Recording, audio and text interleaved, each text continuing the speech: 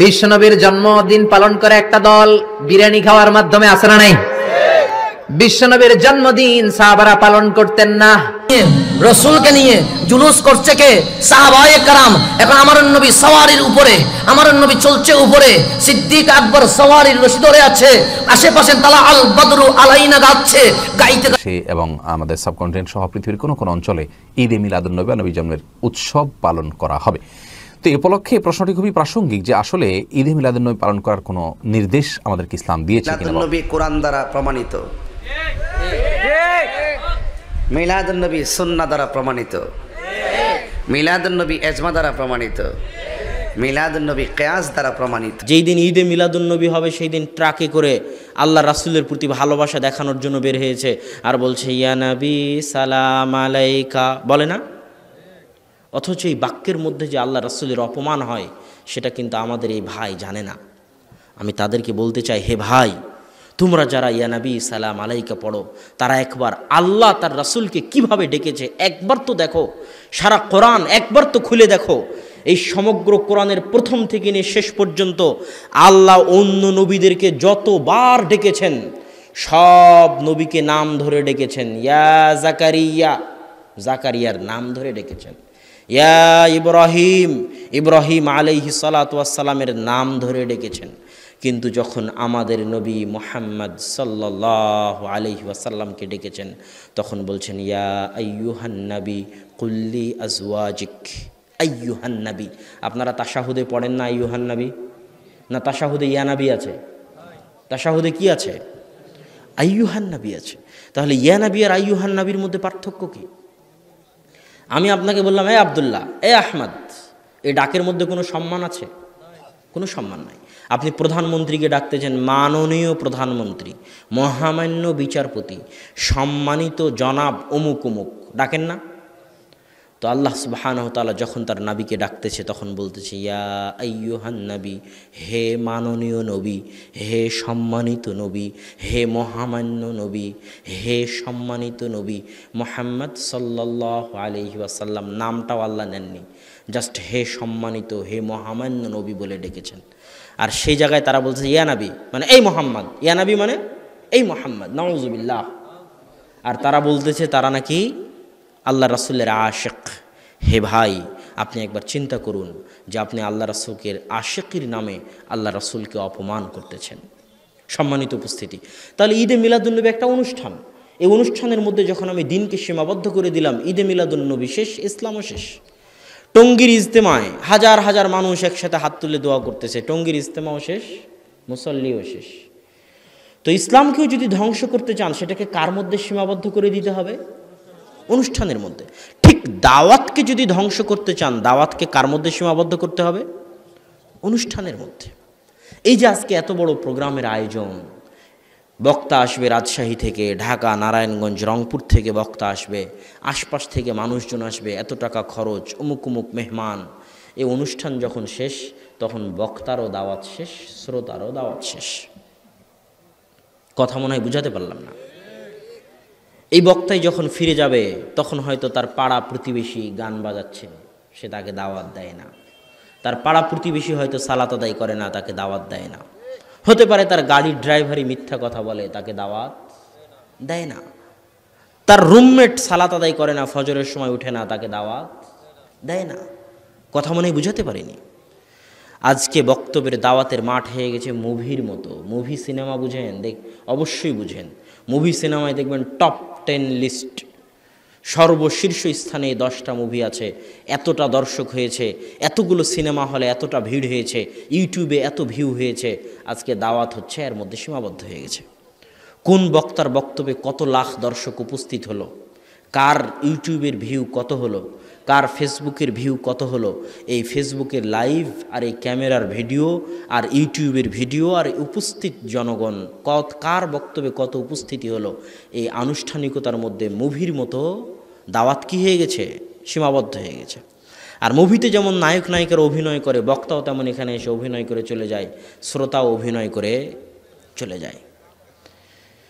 এভাবে দাওয়াত চললে এর দ্বারা সামাজিক মাঠে বিপ্লব কোশ্চিনকালও আসতে পারে না। দাওয়াতকে অনুষ্ঠানের মধ্যে সীমাবদ্ধ করে দেওয়া হয়েছে। দাওয়াত হচ্ছে 24 ঘন্টার বিষয়, সকাল সন্ধ্যার বিষয়।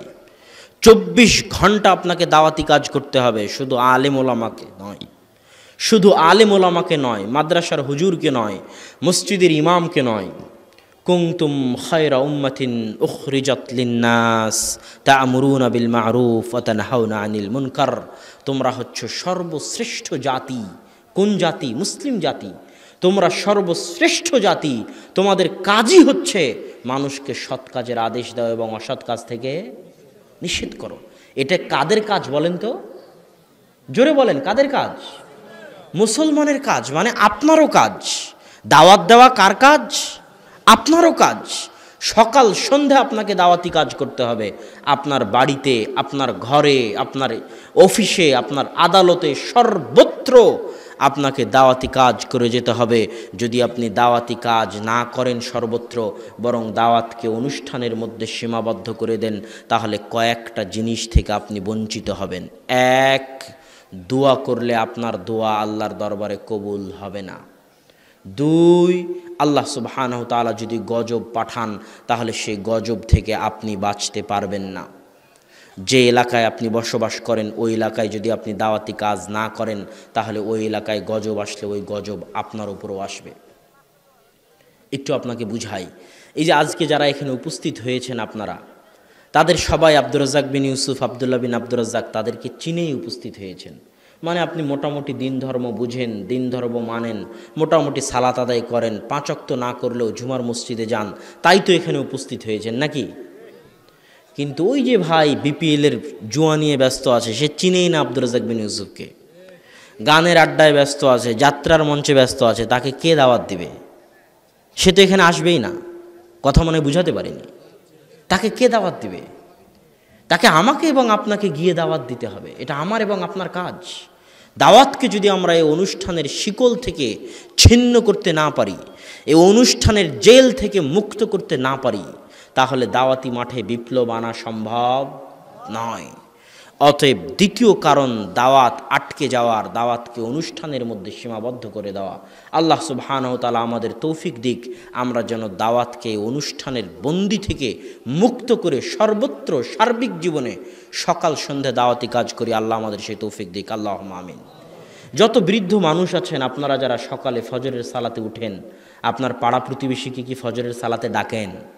আপনার ছেলে মেয়েদের কি ফজরের সালাতে ডাকেন? এটা আপনার দায়িত্ব। আমি আমার নানাকে দেখেছি, কেউ উঠুক আর না উঠুক, আমার নানা কোনো দিন ফজরের সালাতে একাই কাউকে বিনা ডেকে মসজিদে যায়নি, ডাকতে ডাকতে মসজিদে যেতেন। এটা আপনার দায়িত্ব। এই দায়িত্বের জন্য কিয়ামতের মাঠে আপনাকে জবাবদিহি করতে হবে। স্বয়ং আল্লাহ সুবহানাহু ওয়া তাআলা পবিত্র কোরআনে স্পষ্টভাবে বলে দিয়েছে। আপনাদেরকে একটা আয়াত পড়ে শোনাই, সূরা আরাফের 164 নম্বর আয়াত। আল্লাহ বলছেন, ওয়াইদ ক্বালাত উম্মাতুম মিনহুম লিমা তা'ইদুনা কওমান আল্লাহু মুহলিকুহুম আও মুআযযিবুহুম। যারা দাওয়াত দেয় তাদেরকে যখন কেউ বলে, আরে তোমার এত কষ্ট করে দাওয়াত দেওয়ার কি দরকার? আল্লাহ চাইলে তাদেরকে হেদায়েত দিবে, না চাইলে তাদেরকে ধ্বংস করে দেবে, এটা আল্লাহর ব্যাপার। তুমি এত কষ্ট করে কেন তাদেরকে দাওয়াত দিতে যাচ্ছ? তখন উত্তরে আল্লাহ সুবহানাহু ওয়া তাআলা বলতেছেন, ক্বালু, তারা বলে, মা'যিরাতান ইলা রাব্বিকুম, আল্লাহর সামনে ওজর পেশ করার জন্য। কিসের জন্য? আল্লাহর সামনে ওজর পেশ করার জন্য। কি ওজর? আল্লাহ আপনাকে জিজ্ঞেস করবে যে আপনার পড়োশী সালাত আদায় করেনি, আপনি কি তাকে দাওয়াত দিয়েছিলেন? তখন আপনি ওজর পেশ করতে পারবেন, হ্যাঁ আল্লাহ দাওয়াত দিয়েছিলাম, কিন্তু তিনি দাওয়াত গ্রহণ করেনি। এই আপনার নিজে বাঁচার জন্য হলেও আপনাকে দাওয়াতি কাজ করতে হবে। উপস্থিত যত মুসল্লি আছেন, যত দিনী ভাই আছে, যত যুবক আছে, নিজে বাঁচার জন্য হলেও, আল্লাহর দরবারে নিজের জিম্মেদারি স্পষ্ট করার জন্য হলেও আপনাকে 24 ঘন্টা দাওয়াতি কাজ করতে হবে। দাওয়াতকে অনুষ্ঠানের মধ্যে সীমাবদ্ধ করা যাবে না। দাওয়াত বন্ধ হয়ে যাওয়ার তৃতীয় কারণ, দাওয়াত বন্ধ হয়ে যাওয়ার তৃতীয় কারণ হচ্ছে দলীয় এবং সাংগঠনিক গোড়ামি। কিসের গোড়ামি? দলীয় ও সাংগঠনিক গোড়ামি। এটা আপনাকে বুঝাতে একটু সময় লাগবে, যদিও আলোচনা অনেক গভীর রাতে শুরু করেছি। আপনার ধৈর্য হারিয়ে যাবে, আপনি শুনতে চাইবেন না, চলে যেতে চাইবেন, এটাই ঠিক। তবুও আলোচনা শেষ করারই আমার ইচ্ছা আছে। আল্লাহ সুবহানাহু ওয়া তাআলা সেই তৌফিক দান করুক, আল্লাহুম্মা আমিন। দলীয় সাংগঠনিক গোড়ামির আগে আপনাকে বুঝতে হবে জামাতবদ্ধ জীবনযাপন মানে কি। যে কোনো দল, যে কোনো সংগঠনকে দেখবেন তারা বলবে যে জামাতবদ্ধ জীবনযাপন করা জরুরি। বই থাকবে জামাতবদ্ধ জীবনযাপনের উপরে, সেটা জামাত ইসলাম হোক, তাবলিগ জামাত হোক, এবং সেই বইগুলোতে একটা হাদিস অবশ্যই পাবেন। সেই হাদিসটা হচ্ছে রাসূল সাল্লাল্লাহু আলাইহি ওয়াসাল্লাম বলেছেন, আমুরুকুম বিখামসিন, আমি তোমাদেরকে 5টি জিনিসের নির্দেশ দিচ্ছি। তার মধ্যে 1 নম্বর জিনিস হচ্ছে বিল জামাআহ, তোমরা জামাতবদ্ধ জীবন যাপন করিও। তারপরে কি বলছেন আল্লাহ রাসূল, জেনে রাখো ফা ইন্নাহু মান খারাজা মিনাল জামাআহ কিদা শিবরিন, কেউ যদি জামাত থেকে 1 বিঘত পরিমাণ বের হয়ে যায়, কেউ যদি জামাত থেকে 1 বিঘত পরিমাণ বের হয়ে যায়, তাহলে ফাকাদ খালা রিবকাতাল ইসলামি মিন উনুকিহ, তাহলে তার কাঁধ থেকে ইসলাম খুলে পড়ে গেল। ওমান দাআ বিদাওয়াল জাহিলিয়াহ, আর কেউ যদি জাহিলিয়াতের দাওয়াত দেয়, ফাহুয়া মিন জুসা জাহান্নাম, তাহলে সে জাহান্নামের খড় কুটো, জাহান্নামের কাঠ, জাহান্নামের জ্বালানিতে পরিণত হবে। ওয়াইন সামা ওয়াইন সাল্লা, যদিও সে সালাত আদায় করে, যদিও সে সিয়াম পালন করে, ওয়াইন সামা ওয়াইন সাল্লা, যদিও সে সালাত আদায় করে, যদিও সে সিয়াম পালন করে। অনেক কঠিন, অনেক ভয়ঙ্কর, অনেক ভয়াবহ হাদিস। জামাতবদ্ধ জীবন যাপন করতে হবে। কেউ যদি জামাত থেকে 1 বিঘত বের হয়ে যায়, তাহলে সে কি থেকে বের হয়ে গেল? কথা বলতেছেন না যে কি থেকে বের হয়ে গেল? ইসলাম থেকে বের হয়ে গেল। তাবলিগ জামাতের বইয়ে দেখবেন একই হাদিস আছে, যারা আগে ইজতেমা শেষ করলো তারা হচ্ছে সাদ কান্ধলবির বিরোধী গ্রুপ, আর যারা পরে ইজতেমা করবে তারা সাদ কান্ধলবি গ্রুপ। ওই সাদ কান্ধলবি গ্রুপের বইয়ে দেখবেন এই হাদিস আছে যে জামাতবদ্ধ থাকতে হবে, সাদ কান্ধলবি হচ্ছেন আমির, তার অনুগত্য করে থাকতে হবে, দলিল এই হাদিস। এখন আজ আমি তাবলিগ জামাত করি, কালকে তাবলিগ জামাত থেকে বের হয়ে গেলাম, তাহলে কি আমি ইসলাম থেকে বের হয়ে গেলাম? আর একটা হাদিস শুনেন, রাসূল সাল্লাল্লাহু আলাইহি ওয়াসাল্লাম বলতেছেন, লা ইয়াহিল্লু দামু মরিইন মুসলিমিন ইল্লা সালাসাহ, মুসলমানের রক্ত হারাম, মুসলমানের ধন সম্পদ হারাম, মুসলমানের মান সম্মান হারাম। মুসলমানের রক্ত হারাম মানে আপনি মুসলমানকে মারতে পাবেন না, আপনি মুসলমানকে হত্যা করতে পাবেন না। মুসলমানের ধন সম্পদ হারাম মানে আপনি মুসলমানের টাকা পয়সা চুরি করতে পারবেন না, ডাকাতি করতে পারবেন না। মুসলমানের মান সম্মান হারাম মানে আপনি মুসলমানের গীবত করে, তহমত, অপবাদ দিয়ে তার মানহানি করতে পারবেন না। কেমন হারাম? রাসূল সাল্লাল্লাহু আলাইহি ওয়াসাল্লাম বলছেন, আইয়ু শাহরিন হাদা, এটা কোন মাস? তো দিলহজ। আইয়ু বালাদিন হাদা, কোন শহর? তো বলে এটা মক্কা শহর। তো বলে জেনে রাখো হে সাহাবীরা, আলা দিমাউকুম ওয়া আমওয়ালুকুম ওয়া আরাদুকুম, তোমাদের রক্ত, তোমাদের ধন সম্পদ, তোমাদের মান সম্মান এমনই হারাম যেমন এই মক্কা শহর হারাম, যেমন এই দিলহজ মাস হারাম, তথা কাবা ঘরের যেমন দাম, একজন মুসলমানের রক্ত, ধন সম্পদ ও ইজ্জতের তেমন দাম। শুধু তাই নয়, যদি আপনি কাবা ঘর ভেঙে ফেলেন, আপনি নিজে কল্পনা করেন যে আপনি কাবা ঘর ভেঙে দিচ্ছেন, যদি আপনি কাবা ঘর ভেঙে ফেলেন, তাহলে আপনার দৃষ্টিতে কাবা ঘর ভেঙে ফেলার গুনাহ যত বড় হবে, আল্লাহ সুবহানাহু ওয়া তাআলার দৃষ্টিতে একজন মুসলমানকে হত্যা করার গুনাহ তার চেয়ে বড়। স্বয়ং রাসূল সাল্লাল্লাহু আলাইহি ওয়াসাল্লাম স্পষ্ট বলে দিয়েছেন, লা হাদামুল কাবাহ আহওয়ানু ইনদাল্লাহ, আল্লাহ সুবহানাহু ওয়া তাআলার নিকটে কাবা ঘর ধ্বংস হয়ে যাওয়া মুসলমানের রক্তের চাইতে কম মূল্যের। মুসলমানের রক্তের এত মূল্য, লাউ ইশতারাকু আহলুল আরদি ওয়া আহলুস সামা, আসমান এবং জমিনের সকল অধিবাসী, আসমানে যত ফেরেশতা আছে, জমিনে যত মানুষ আছে, জমিনে যত জিন আছে, সবাই যদি একত্রিত হয়ে একজন মানুষকে হত্যা করে, গণপিটুনি নাম শুনেছেন? গণপিটুনিতে আপনি মনে করেন সবাই যখন মারতেছে আমিও একটা থাপ্পড় দিয়ে দিলাম, আমার কি আর গুনাহ হবে? মনে করেন না?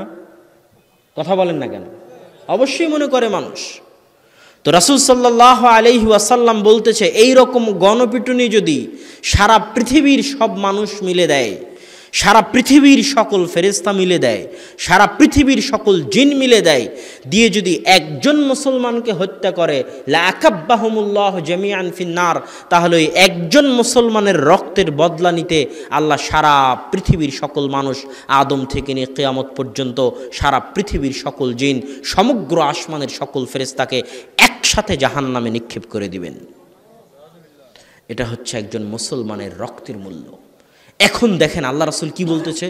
আল্লাহ রাসূল বলতেছে মুসলমানের রক্ত হারাম, তবে 3 শ্রেণীর মুসলমানকে হত্যা করা যাবে। 1 আস-সাইয়্যিবুজ জানি, যে বিবাহিত অবস্থায় জেনা করেছে তাকে হত্যা করা যাবে। 2 যে আরেকজন মুসলমানকে অন্যায়ভাবে হত্যা করেছে তাকে হত্যা করা যাবে। 3 মুফারিকুল জামাআহ, যে জামাত ছেড়ে দিয়েছে তাকে হত্যা করা যাবে। মানে আমি আজ তাবলিগ জামাত করতাম, জামাত ছেড়ে দিলাম, তো আমাকে হত্যা করা যাবে? আল্লাহ রাসূল তো বলতেছে জামাত ছেড়ে দিলে হত্যা করা যাবে। তাহলে জামাতবদ্ধ জীবনযাপনের অর্থ আমরা সঠিক বুঝিনি।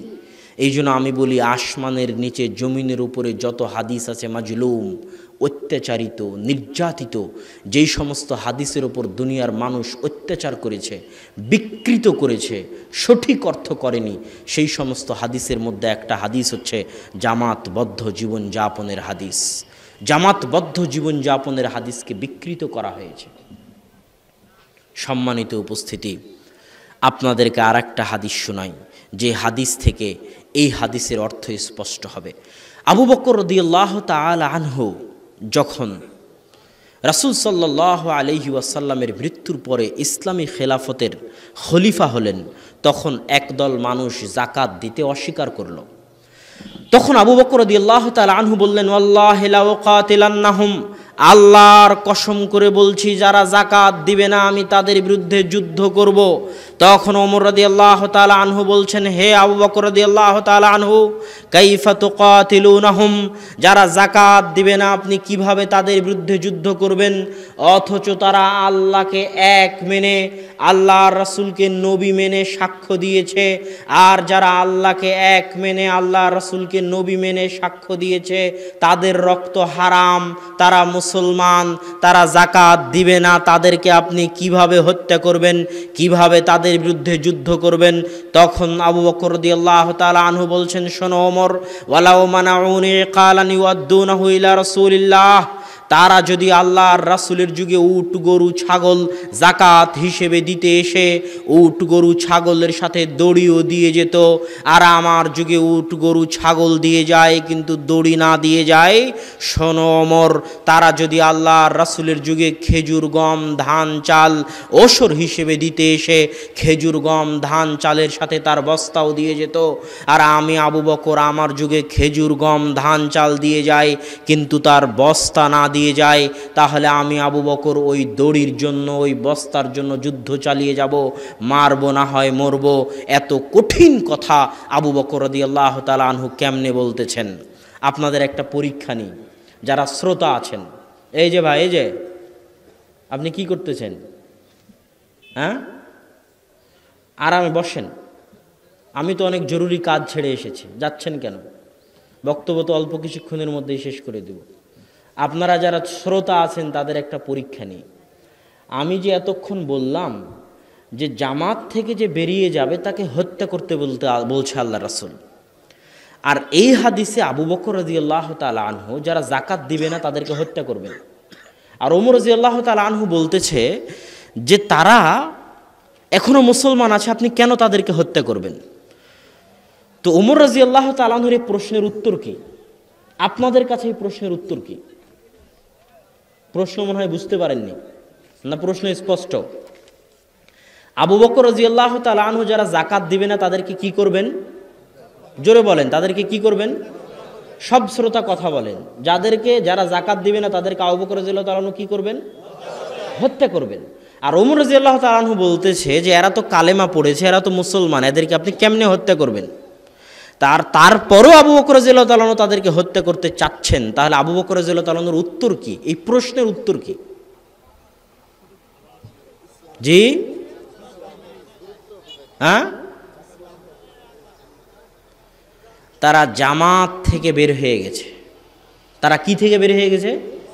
জামাত থেকে বের হয়ে গেছে। জামাত মানে হচ্ছে ইসলামী খেলাফতের খলিফার অধীনস্থ থেকে তার আনুগত্য করার নাম হচ্ছে জামাতবদ্ধ জীবনযাপন করা। আর যারাই ইসলামী খেলাফতের খলিফার অধীনে থেকে তার বৈধ নির্দেশের আনুগত্য করবে না, তার বিরুদ্ধে বিদ্রোহ করবে, তারাই খারিজি। খারিজি মানে যে বের হয়ে যায়। খারিজি নাম শুনেছেন? খারিজি মানে যে বের হয়ে যায়। কি থেকে বের হয়ে যায়? জামাত থেকে বের হয়ে যায়। ইসলামী খেলাফতের খলিফার নির্দেশ না মেনে, ইসলামী রাষ্ট্রের মুসলিম রাষ্ট্রনেতার নির্দেশকে উপেক্ষা করে যারা বিদ্রোহ করে তারা খারিজি, সরকার চাইলে তাদেরকে হত্যা করতে পারবে। এরা জামাত থেকে বের হয়ে গেছে, এরা জামাতবদ্ধ জীবনযাপন করে না। এটা হলো জামাতবদ্ধ জীবনযাপনের 1 নাম্বার অর্থ। জামাতবদ্ধ জীবনযাপনের 2 নাম্বার অর্থ, আল্লাহ সুবহানাহু ওয়া তাআলা আবুল আম্বিয়া ইব্রাহিম আলাইহিস সালাতু ওয়াস সালামকে বলতেছেন, ইব্রাহিম আলাইহিস সালাতু ওয়াস সালাম হচ্ছেন নবীদের পিতা। নবীদের পিতা মানে ইব্রাহিম আলাইহিস সালাতু ওয়াস সালামের পর থেকে নিয়ে মুহাম্মদ সাল্লাল্লাহু আলাইহি ওয়াসাল্লাম পর্যন্ত যত নবী এসেছে তারা কার বংশে? ইব্রাহিম আলাইহিস সালাতু ওয়াস সালামের বংশে। আমাদের নবীও কার বংশে? ইব্রাহিম আলাইহিস সালামের কোন ছেলের বংশে? ইসমাঈল আলাইহিস সালাতু ওয়াস সালামের বংশে। তো এত মহান নবী যিনি সকল নবীর পিতা, তাকে আল্লাহ বলতেছে ওয়াতাহির বাইতিয়া লিত-তাইফিন, ইব্রাহিম তুমি আর তোমার ছেলে ইসমাইল মিলে কাবা ঘর ঝাড়ু দাও। মানুষ কাবা ঘরে তাওয়াফ করতে এসে মানুষের পা থেকে যে ময়লা পড়ে যায়, মানুষের নাক থেকে যে ময়লা পড়ে যায়, মানুষের শরীর থেকে যে ময়লা পড়ে যায়, ইব্রাহিম তুমি আর তোমার ছেলে মিলে মানুষের ফেলে যাওয়া সেই ময়লা ঝাড়ু দিবা, মানুষের ফেলে যাওয়া সেই ময়লা পরিষ্কার করবা, কাবা ঘরের মেঝে তুমি মুছবা, কাবা ঘরের মেঝে তুমি ঝাড়ু দিবা। কি বুঝলেন? মসজিদ পরিষ্কার করা কাদের কাজ? নবীদের কাজ। কাদের কাজ? নবীদের কাজ। মারিয়াম আলাইহা সালাতু ওয়াস সালামের নাম শুনেছেন? হ্যাঁ, আল্লাহ যার পবিত্রতার বর্ণনা কোরআনে দিয়েছে, পিতা ছাড়া আল্লাহ যার পেটে সন্তান দিয়েছে, যার কোলে তার সন্তান তার পবিত্রতার সাক্ষী দিয়েছে, যার সন্তানকে আল্লাহ নবী বানিয়েছেন, তার নাম ঈসা আলাইহিস সালাতু ওয়াস সালাম। সেই মারিয়াম আলাইহা সালাতু ওয়াস সালামের কাজ ছিল বাইতুল মাকদেস ঝাড়ু দেওয়া। আল্লাহু আকবার। কি কাজ ছিল? কথা বলেন, কি কাজ ছিল? বাইতুল মাকদেস ঝাড়ু দেওয়া। এত মহান নারী, পৃথিবীর সর্বশ্রেষ্ঠ নারীদের একজন, তার কাজ ছিল বাইতুল মাকদেস ঝাড়ু দেওয়া। মসজিদ হচ্ছে ইসলামী সমাজের এভরিথিং, সব কিছু। আপনাদের এলাকায় আওয়ামী লীগ বিএনপি আছে না নাই? আওয়ামী লীগ বিএনপি একটা সংগঠন, তাই না? এই সংগঠনের নেতা আছে না নাই? ইসলামও একটা সংগঠন। ইসলাম নামক এই সংগঠনেরও নেতা আছে। ইসলাম নামক সংগঠনের নেতাকে মুহাম্মদ সাল্লাল্লাহু আলাইহি ওয়াসাল্লাম। আওয়ামী লীগ বিএনপি করতে হলে চাঁদা দিতে হয় না, হয় না? কথা বলেন, চাঁদা দেন না, দেন না? চাঁদা দিতে হয় না? যত সংগঠন আছে সব সংগঠনে চাঁদা দিতে হয়। ইসলাম নামক সংগঠনের সদস্য থাকতে হলেও কি দিতে হবে? চাঁদা দিতে হবে। সেটা হচ্ছে বাৎসরিক ফরজ যাকাত। যদি নিসাব পরিমাণ সম্পদের মালিক হয়ে থাকেন তাহলে ইসলাম নামক এই সংগঠনে আপনাকে চাঁদা এয়ানত দিতে হবে, সেই যাকাত। যদি না দেন তো এই সংগঠনের সদস্য থাকতে পারবেন না। সব কর্মশালা আছে, ইসলাম নামক সংগঠনেরও প্রশিক্ষণ কর্মশালা আছে মাসব্যাপী। রমাজানের সিয়াম, আপনার সংযম, ধৈর্য, সবর, ক্ষুধা নিবারণ, পাপ থেকে বিরত থাকা, লোভ লালসাকে সংবরণ করতে পারার প্রশিক্ষণ হচ্ছে মাসব্যাপী। এটা হচ্ছে ইসলাম নামক সংগঠনের যারা সদস্য থাকতে চাইবে তাদেরকে এই মাসব্যাপী প্রশিক্ষণে অংশগ্রহণ করতে হবেই হবে, সে বাধ্য। আজকে তাবলিগ জামাতের কেন্দ্রীয় সম্মেলন কোনটা? টঙ্গীর বিশ্ব ইজতেমা। সব দলেরই কেন্দ্রীয় সম্মেলন আছে, ইসলাম নামক সংগঠনেরও কেন্দ্রীয় সম্মেলন আছে। সেটা কি? হজ। যদি সামর্থ্য থাকে তাহলে আপনাকে সেই হজে জীবনে একবার হলেও এই কেন্দ্রীয় সম্মেলনে উপস্থিত হতে হবে, যদি আপনি ইসলাম নামক সংগঠনের সদস্য থাকতে চান। এবার শেষ কথায় চলে আসি, সেটা হচ্ছে সব দলের শাখা অফিস আছে। নাই আওয়ামী লীগ বিএনপির শাখা অফিস? ইসলামের শাখা অফিস হচ্ছে মসজিদ। যদি আপনি ইসলাম নামক সংগঠনের সদস্য থাকতে চান তাহলে দিনে 5 বার এই মসজিদে হাজিরা দিয়ে ইসলাম নামক সংগঠনের সাথে সম্পৃক্ত থাকতে হবে। আর যদি মসজিদের সাথে সম্পৃক্ত না থাকেন তাহলে আপনি জামাত থেকে বের হয়ে গেছেন। কি থেকে বের হয়ে গেছেন? এই কথাটা বুঝে যান। মসজিদের সাথে যদি সম্পৃক্ত না থাকেন 5 ওয়াক্ত সালাতের মাধ্যমে, তাহলে আপনি কি থেকে বের হয়ে গেছেন? জামাত থেকে বের হয়ে গেছেন, মানে ইসলাম থেকে বের হয়ে গেছেন। এই দুইটা কথা বলে যেটা বলতে চাচ্ছি সেটা হচ্ছে জামাতবদ্ধ জীবনযাপনের যত হাদিস আছে যেগুলোকে দল এবং সংগঠনের ক্ষেত্রে প্রয়োগ করা হয় সেটাই হাদিসগুলোর বিকৃতি। এই হাদিসের দুটাই অর্থ, এক, ইসলামী খেলাফতের খলিফার আনুগত্য করে থাকা, মুসলিম রাষ্ট্রের মুসলিম নেতার বৈধ আদেশের আনুগত্য করে থাকা, দুই, প্রত্যেক মসজিদের সাথে সম্পৃক্ত থেকে 5 ওয়াক্ত সালাতে মসজিদে হাজিরা দেওয়া। এটাই জামাতবদ্ধ জীবনযাপন।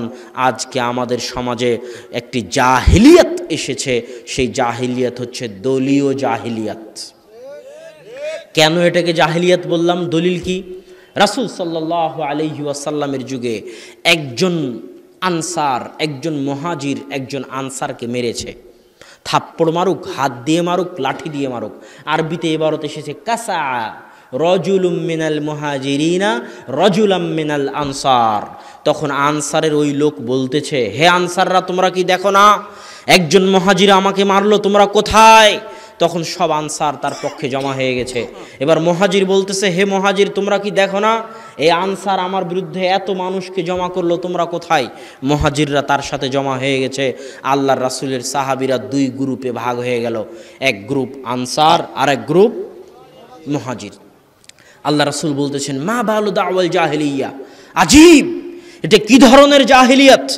আমি মুহাম্মদ সাল্লাল্লাহু আলাইহি ওয়াসাল্লাম যেই জাহিলিয়াতকে পা দিয়ে পিষে দিয়েছি, সেই জাহিলিয়াত আবার কিভাবে আসলো? কোন জাহিলিয়াতকে আল্লাহ রাসূল পা দিয়ে পিষে দিয়েছেন?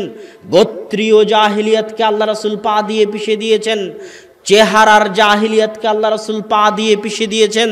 আল্লাহ রাসূল ঘোষণা দিয়ে দিয়েছেন, লা ফাজদালিল আরাবি আলাল আজামি, কোনো সৌদির প্রাধান্য নাই কোনো বাঙালির উপর, কোনো পাকিস্তানির প্রাধান্য নাই কোনো বাঙালির উপর, কোনো বাঙালির প্রাধান্য নাই কোনো ইন্ডিয়ানের উপর, বরং সকলেই সমান। কোনো কালো বর্ণের মানুষের প্রাধান্য নাই সাদা বর্ণের মানুষের উপর, কোনো সাদা বর্ণের মানুষের প্রাধান্য নাই কোনো কালো বর্ণের উপর, সবাই সমান। আমি মুহাম্মদ মানুষের যে গোত্রভেদে পরস্পরে আলাদা হয়ে গেছে এই জাহেলিয়াতকে মিটিয়ে দিয়েছি। মানুষ চেহারা নিয়ে যে আলাদা হয়ে গেছে এই জাহেলিয়াতকে মিটিয়ে দিয়েছি। সেই জাহেলিয়াত আবার তোমরা নিয়ে আসলে কিভাবে?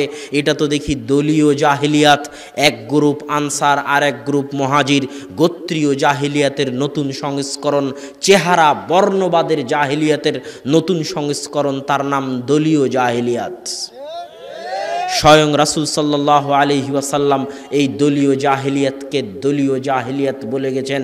অতএব এটা জাহিলিয়াত, ফাইন্নাহা মুনতিনাহ, তোমরা এই জাহিলিয়াতকে পরিত্যাগ করো। একটা জিনিস জেনে রাখবেন, মুসলমানের ভ্রাতৃত্বের মানদণ্ড হচ্ছে কালেমা লা ইলাহা ইল্লাল্লাহ। সারা পৃথিবীতে যে যেখানে এই কালেমা পড়ে সে আপনার ভাই। সারা পৃথিবীতে যে যেখানে এই কালেমা পড়েছে সে আপনার ভাই। আপনি যদি এই মানদণ্ডকে ভেঙে দিয়ে বলেন যে আমার দল করে সে আমার ভাই, যে আমার দল করে না সে আমার ভাই নয়, তাহলে আপনি ইসলামী আদর্শের বুকে ছুরি চালালেন। অতএব এটা আমাদের দাওয়াতি মাঠকে নষ্ট করে দিয়েছে, আমাদের দাওয়াতি মাঠকে ধ্বংস করে দিয়েছে। তাই এই দলীয় সাংগঠনিক বিভেদের বেড়াজালকে ছিন্ন করে আপনাকে ফিরে আসতে হবে রাসূল সাল্লাল্লাহু আলাইহি ওয়াসাল্লামের সুন্নাতের দিকে। আলোচনার সারমর্ম, 3টে কারণে আমাদের দাওয়াত স্তিমিত হয়ে আছে। এক, আমরা শুধু ফেসবুক ইউটিউবের মাধ্যমে বিচ্ছিন্নভাবে 2-1 জনের বক্তব্য শুনে হেদায়েত হয়েছি। এর দ্বারা সামাজিক মাঠে বিপ্লব আসবে না, চারিত্রিক পরিবর্তন লাগবে, ব্যক্তিত্বকে উন্নত করতে হবে। যেমন আল্লাহর রাসূলের চরিত্র উন্নত ছিল, সাহাবীদের চরিত্র উন্নত ছিল, যেন মানুষ আমাদেরকে দেখেই হেদায়েত হয়ে যায়, যেন মানুষ আমাদের ব্যবহার দেখেই হেদায়েত হয়ে যায়। ইন্দোনেশিয়া মালয়েশিয়াতে মুসলমানেরা কোনোদিন অস্ত্র নিয়ে ঢোকেনি যে অস্ত্র নিয়ে ইন্দোনেশিয়া মালয়েশিয়া ব্রুনেই বিজয় করতে হবে। ইন্দোনেশিয়া মালয়েশিয়ার মুসলমানেরা মুসলমানদের ব্যবহার দেখে ইসলাম গ্রহণ করে নিয়েছে। অতএব প্রথম পদক্ষেপ হচ্ছে চরিত্রের পরিবর্তন আনতে হবে। 2, দাওয়াতকে অনুষ্ঠানের মধ্যে সীমাবদ্ধ করে দেওয়া হয়েছে, এটাকে ভেঙে দিয়ে শুধু ফেসবুকের লাইভ, ইউটিউবের দর্শক, জালসার দর্শক কার কত সংখ্যা, এগুলো ভেঙে দিয়ে খোলা মাঠে বাস্তব ময়দানে যেখানে যাত্রা হচ্ছে, নাচ হচ্ছে, গান হচ্ছে, তাস খেলা হচ্ছে, মানুষ পথভ্রষ্ট হয়ে যাচ্ছে, সর্বক্ষেত্রে সব জায়গায় আপনাকে দাওয়াতি কাজ করতে হবে। তাহলে দাওয়াতি মাঠে বিপ্লব আসবেই আসবেই আসবে ইনশাআল্লাহ। তিন, দলীয় বিভেদ, সাংগঠনিক বিভেদকে ভুলে গিয়ে পারস্পরিক সহযোগিতার মাধ্যমে মানুষের মাঝে দাওয়াতি কাজ করতে হবে। আল্লাহ আমাদের তৌফিক দান করুক, আল্লাহুম্মা আমিন।